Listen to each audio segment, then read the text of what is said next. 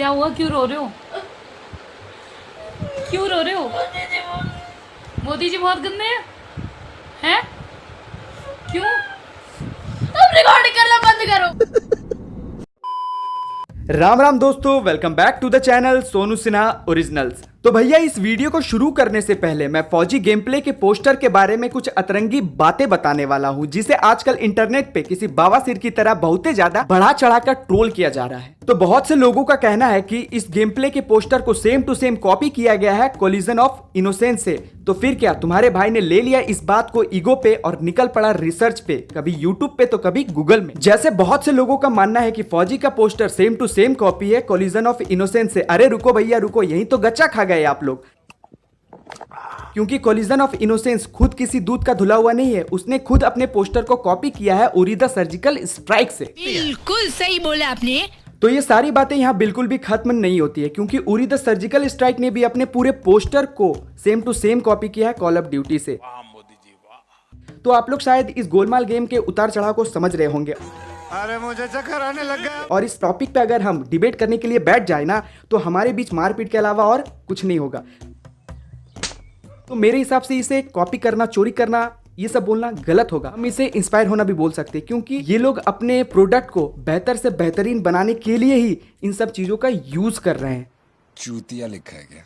खैर, मुझे जो समझाना था आई होप आप लोगों को मैंने अच्छे से समझा दिया है। अब आप लोग मुझे कमेंट करके बताओ कि इस टॉपिक को लेके आप लोगों के क्या थॉट्स हैं। तब तक के लिए चलते हैं ना वीडियो में आगे। सबसे पहले सारे पबजी लवर्स के लिए कुछ चंद लाइनें बोलना चाहूंगा, जरा गौर से सुनिएगा।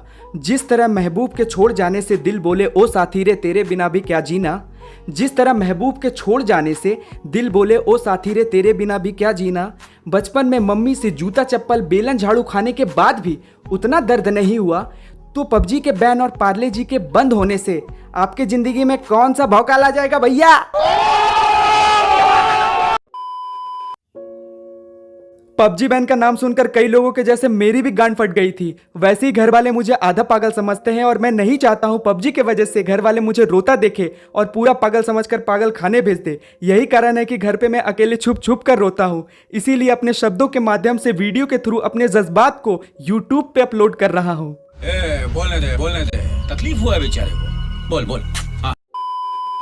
तो भैया आज का ये वीडियो उन सारे पबजी लवर्स को डेडिकेटेड है जिन्हें पबजी के बैन होने से ठीक पहले ना ही अपने लास्ट गेम को रिकॉर्ड करने का मौका मिला और ना ही अपने लास्ट चिकन डिनर के स्क्रीनशॉट लेने का।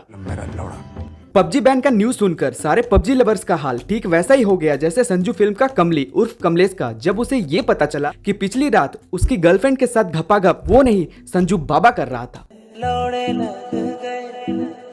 पबजी मोबाइल के आने के बाद इन 3-4 सालों में कुछ ऐसा हो गया था जब आज का यूथ इस 21वीं सदी में प्यार मोहब्बत के चुतियापे से निकलकर अपने दिल दिमाग और खून में पबजी को दौड़ाना स्टार्ट कर दिया था। भले ही आज पबजी बैन हो गया है, मगर कुछ लोगों के नजरों में पबजी हमेशा से एक एडिक्शन ही था जो मैं रात दिन करता था मगर बहुत खुश था, क्योंकि you deserve more than better ये चूतिया डायलॉग बोलकर मेरी जिंदगी तबाह करने वाला कम से कम कोई कोरोना वायरस तो नहीं था।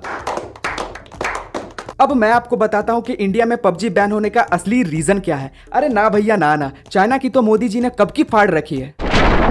अरे असली रीजन तो ये आंटी है। आज से 2-3 साल पहले इसी आंटी ने मोदी जी से गुहार लगाई थी कि मेरा दीपक कलाल जैसा दिखने वाला लड़का है जो दिन रात ऑनलाइन गेम खेल खेल कर तारक मेहता का पूरा बाघा बन गया है। भले ही इसका बाप स्कूल का हेड मास्टर है, गलती से बेटा पास हो जाता है, मगर पढ़ाई लिखाई में ये पूरा गोबर है और नोबिता बन गया है। तो फिर क्या, मोदी जी की प्यारी स्माइल देखकर आंटी जी समझ गई और उसका फायदा उठाने के लिए हिंदी का सबसे भारी वर्ड मोदी जी को आंटी ने फेंक कर मारा और कहा, लेकिन अभी कुछ समय से ऑनलाइन गेम्स की तरफ उसका झुकाव कुछ ज्यादा ही बढ़ गया है। मैंने उसे बहुत समझाने की कोशिश की है, लेकिन मुझे लगता है मैं असफल हूँ। कृपया मेरा मार्गदर्शन कीजिए। इतना शुद्ध हिंदी सुनकर मोदी जी भी इमोशनल होकर इस आंटी की सारी बातों को अपने दिल से लगाकर अपनी पर्सनल डायरी में पबजी के इंतकाम का काला दिन लिख डालते हैं। और वो काला दिन भी आ जाता है जब चाइना का सारा गुस्सा मोदी जी पबजी को बैन करके निकाल डालते हैं। तो फिर क्या, हमारी इंडिया की टेढ़ी जनता भी कहां चुप रहने वाली थी। उनका नफरत का ज्वाला भी कुछ ऐसा फूटा कि मोदी जी को भी नाकों तले चने चबवा देंगे। सड़क 2 के बाद अब मोदी जी के मन की बात को इंडिया का सबसे ज्यादा डिसलाइक वाला वीडियो बना देंगे। मगर इन बावलों को कौन बताए कि मोदी जी को लाइक डिसलाइक से कोई फर्क नहीं पड़ता, क्योंकि ना वो कोई आलिया भट्ट है ना कोई आमिर सिद्दीकी।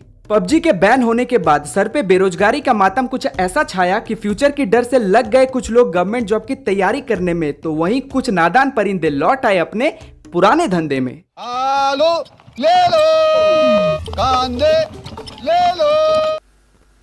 तो भैया आज के डेट में पबजी के बैन होने के बाद जहां सारे टिकटॉकर्स के आत्मा को शांति मिल रही थी, मम्मियों के खुशियों का मानो ठिकाना ही ना था। मुझे इतनी खुशी हो रही है और पापा तो मानो कतई गोविंदा बनकर नाचते फिर रहे थे।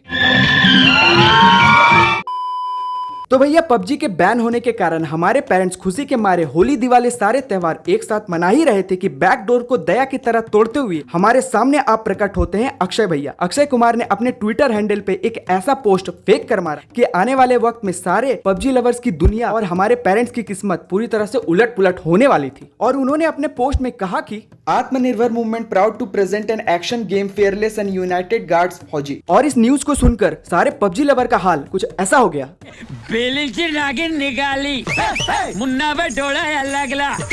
और पबजी गेम वालों का हाल कुछ ऐसा। माफ कीजिएगा, ये ठीक नहीं हो रहा, आप गलत कर रहे हैं। अब देखो भैया, हम में से ये किसी को भी नहीं मालूम कि ये गेम कैसा है और कैसा होगा, मगर इतना जरूर मालूम है कि इस गेम को बेंगलोर के किसी एनकोर कंपनी में डेवलप किया जा रहा है। और सबसे अच्छी बात यह है कि इस गेम से जनरेट होने वाला 20% रेवेन्यू को भारत के वीर ट्रस्ट को सीधा डोनेट कर दिया जाएगा।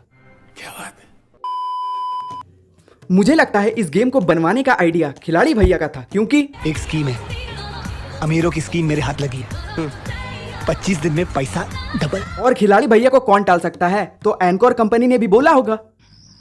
बाबा ये बात तो गलत नहीं है। एनकोर कंपनी भी लग गई अपने एक्सपेरिमेंट में, सब कुछ अच्छा डाला मगर गलती से केमिकल एक्स मिला डाला। फिर क्या जन्म होता है फौजी का।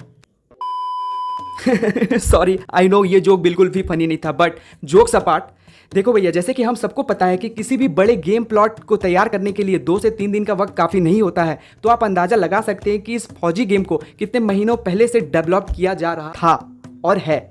तो अचानक से इंडिया में पबजी के बैन होने के बाद लोग जिस तरह से त्राहिमाम कर रहे थे, तो अचानक से इंडियन गवर्नमेंट को, मतलब अक्षय कुमार जी को, अपने ट्विटर हैंडल के थ्रू फौजी के पोस्ट की अनाउंसमेंट करनी पड़ी कि ऐसा इंडिया गेम डेवलप कर रहा है, ऐसा गेम बना रहा है, तो आप इसको सपोर्ट करें। हम इंडिया वालों की मानसिकता ये बैठ गई है कि फॉरेन से कोई भी चीज़ अगर ठप्पा मार कर आएगा ना, तो वो चीज़ बेस्ट होगा। मैं ये नहीं बोल रहा हूँ कि पबजी अच्छा नहीं था, पबजी बेस्ट था, क्योंकि पबजी ने ही इंडिया को गेम का एक लेवल बताया, एक गेम का लेवल सेट कर दिया है। लेकिन हमें तो अपने देश को एक मौका देना चाहिए ना, क्योंकि हमारे इंडियन डेवलपर भी एक बड़े गेम प्ले में अपना बहुत ही ज़बरदस्त कदम उन्होंने रख दिया है। बट क्या पता आने वाले वक्त में हमारा बनाया हुआ गेम दुनिया में धूम मचा दे और आप बोलोगे कि यार इसके पोस्टर को, इस गेम को ट्रोल किया जा रहा है, हेट किया जा रहा है। तो भैया एक बात सुन लो, खूबसूरत चांद को भी दाग बताकर लोग इसे बदसूरत बोलकर चले जाते हैं। देखो, जिसे जो बोलना है बोलने दो, अगर आपको सपोर्ट करना है करो, नहीं करना है मत करो, लेकिन मैं सपोर्ट करूंगा। मैं अपने इंडियन डेवलपर को एक मौका दूंगा। अगर उसमें कोई खामी आती है, कोई गलती आती है, तो उन्हें पता चलेगी धीरे धीरे, और उसमें आने वाले वक्त में वो अपडेट करेंगे और वो गेम बेस्ट जरूर बनेगा। और हम भी कह पाएंगे कि हमारा गेम है भाई, पूरी दुनिया में ये बवाल मचाएगा। तो भैया आज की इस वीडियो में बस इतना ही। आई नो आप लोगों को ये वीडियो बेहद पसंद आया होगा, तो जल्दी से लाइक कर दो, शेयर कर दो और कमेंट करके बताओ पबजी के बैन होने के बाद अभी आपका हाल क्या है। तो भैया जिसने अभी तक इस चैनल को सब्सक्राइब नहीं किया तो सब्सक्राइब करो यार, किसका वेट कर रहे हो। मैंने 1000 बार कहा है कि पैसे नहीं लगते, ठीक है, तो सब्सक्राइब करो। And thank you so much जिन जिन लोगों ने मेरे चैनल को सपोर्ट किया, सब्सक्राइब किया, क्योंकि 2000 सब्सक्राइबर कंप्लीट हो गए हैं। तो इसी तरह सपोर्ट कीजिए, शेयर कीजिए और जल्दी से 1 मिलियन का फैमिली बनाने में मेरी मदद कीजिए। तो भैया एक बहुत ही मजेदार अनाउंसमेंट मैं आपके सामने करने वाला हूं कि मेरे इस चैनल के अलावा, एक ब्लॉग चैनल के अलावा, मेरा एक कॉमेडी चैनल भी है जिसका नाम है आसमान वर्ल्ड। बहुत सी ढेर सारी मजेदार कॉमेडी वीडियोस मैंने और मेरे फ्रेंड अनुराग ने मिलकर बनाई है। और भी फ्रेंड्स हैं, आपको देखने को मिल जाएंगे वीडियोस में, बहुत इंजॉय करोगे, बहुत मज़ा आएगा। तो चैनल का नाम है आसमान वर्ल्ड, और अगर डायरेक्ट जाना चाहते हो तो डिस्क्रिप्शन में मैंने अपने उस चैनल का लिंक दे दिया है। नाम मत भूलना, आसमान world comedy channel, Sonu Sinha originals का। बहुत मजा आएगा, एंजॉय करो, देखो। तो आज के लिए बस इतना ही, मिलते हैं अगली वीडियो में, तब तक के लिए जय Hind, signing off, Sonu Sinha originals.